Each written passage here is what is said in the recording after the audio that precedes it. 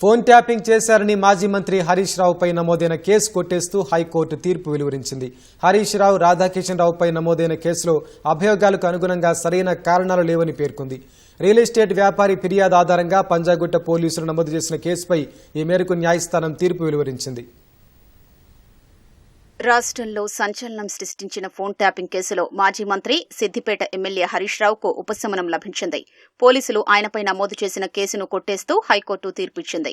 ఫిర్యాదుదారు, హరీష్ రావు ఇద్దరూ ఎన్నికల్లో ఒకే నియోజకవర్గం నుంచి పోటీ చేశారని, ఫిర్యాదులో రాజకీయ శత్రుత్వం కనిపిస్తోందని వ్యాఖ్యానించింది. ఫిర్యాదు చేయడంలో అసాధారణ జాప్యానికి కారణాలు పేర్కొనలేదని తెలిపింది. రియల్ ఎస్టేట్ వ్యాపారి చక్రధర్ గౌడ్ ఫిర్యాదు ఆధారంగా పంజాగుట్ట పోలీసులు నమోదు చేసిన కేసు కొట్టేయాలని కోరుతూ హరీష్ రావు, రాధాకిషన్ రావులు పిటిషన్లు దాఖలు చేశారు. ఆ పిటిషన్పై విచారించిన జస్టిస్ లక్ష్మణ్ తీర్పు వెలువరించారు. ఫిర్యాదుదారు పోలీసులకిచ్చిన వాంగ్మూలంలో బలవంతపు దోపిడీకి పాల్పడినట్లు, పబ్లిక్ సర్వెంట్గా విశ్వాసఘాతుకానికి పాల్పడినట్లుగా, నేరపూరిత బెదిరింపులకు సంబంధించి ఏ ఆరోపణలు చేయలేదని తీర్పులో పేర్కొన్నారు. ఐటీ చట్టంలోని సెక్షన్ 66 కింద ఫిర్యాదులో ఎలాంటి ఆరోపణలు లేవన్నారు. ఆరోపణలన్నీ ఫోన్ ట్యాపింగ్ కు సంబంధించినవే అని తెలిపారు. ప్రస్తుత కేసులో ఫిర్యాదుదారు చక్రధర్ గౌడ్ ను బెదిరించి ఆస్తి, డబ్బును వసూలు చేసినట్లు హరీష్ రావుపై ఆధారాలు లేవని, అలాంటప్పుడు ఐపీసీ సెక్షన్ 386 కింద ఎఫ్ఐఆర్ నమోదు చేయడానికి అనుమతించలేమని, దాన్ని కొట్టివేస్తున్నట్లు పేర్కొన్నారు.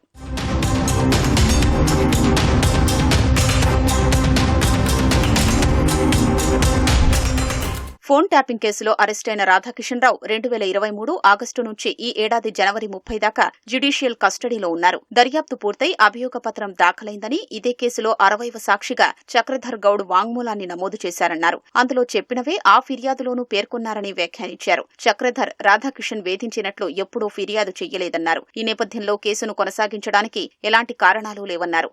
ఇలాంటి సమయంలో సెక్షన్ 482 కింద కేసును కొట్టివేసే అధికారం హైకోర్టుకు ఉందంటూ భజన్లాల్ కేసులో సుప్రీంకోర్టు తీర్పు వెలువరించిందని న్యాయమూర్తి ఉదహరించారు.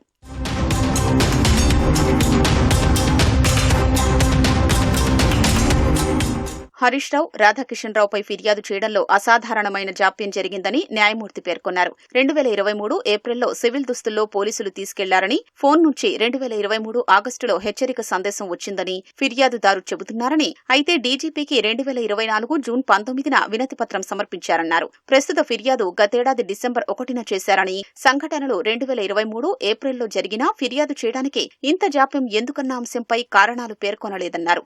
హరీష్ రావు మంత్రిగా ఉండడం, రాధాకిషన్ రావు ఆయనకు సన్నిహితుడిగా ఉండడంతో భయంతో ఫిర్యాదు చేయలేదని ఫిర్యాదుదారు న్యాయవాది వాదించారు. అదే వాస్తవమైతే 2023 డిసెంబర్లో ప్రభుత్వం మారినా అప్పుడు ఫిర్యాదు చేయలేదన్నారు. హస్ముఖ్ లాల్ డి వోరా వర్సెస్ తమిళనాడు, ముదవజ్యోతి వర్సెస్ తెలంగాణ కేసుల్లో సుప్రీం తీర్పు ప్రకారం జాప్యానికి కారణాలు పేర్కొనకపోవడంతో పిటిషన్ను అనుమతించలేదని తెలిపారు. ప్రస్తుతం కేసు కొనసాగింపునకు అనుమతిస్తే న్యాయ ప్రక్రియను దుర్వినియోగం చేసినట్లవుతుందని పేర్కొన్నారు. అందువల్ల ఎఫ్ఐఆర్లో పేర్కొన్న సెక్షన్లకు అనుగుణంగా ఎలాంటి ఆధారాలు లేవని పేర్కొంటూ హరీష్ రావు, రాధాకిషన్ రావులపై నమోదైన ఎఫ్ఐఆర్ను కొట్టేస్తూ న్యాయమూర్తి 36 పేజీల తీర్పు వెలువరించారు.